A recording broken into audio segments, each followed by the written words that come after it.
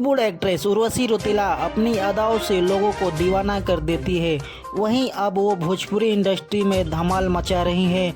हाल ही में उर्वशी रौतेला का एक भोजपुरी एल्बम लॉन्च हुआ है, जिसमें वो भोजपुरी गाने पर देसी ठुमका लगाते हुए नजर आ रही हैं।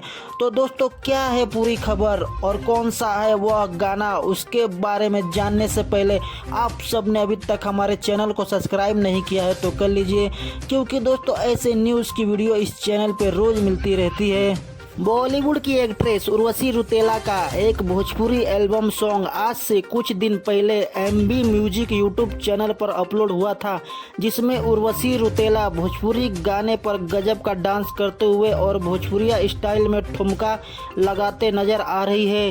जिस गाने के बोल है, एक डायमंड का हार लाई द यार हमरे राजा जी, जो आते ही सोशल मीडिया पर छा गया है।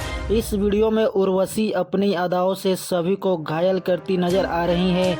ये गाना शादी के सीजन को ध्यान में रखकर बनाया गया है, जिसमें ज्योतिका दुल्हन होती है और उर्वशी सहित कई गर्ल्स उनके मेहंदी फंक्शन में परफॉर्म देती है। इस गाने में उर्वशी रौतेला के एक्सप्रेशन और डांस स्टेप तो कमाल के है ही, साथ ही इसमें उनका गॉर्जियस लुक भी कमाल का है।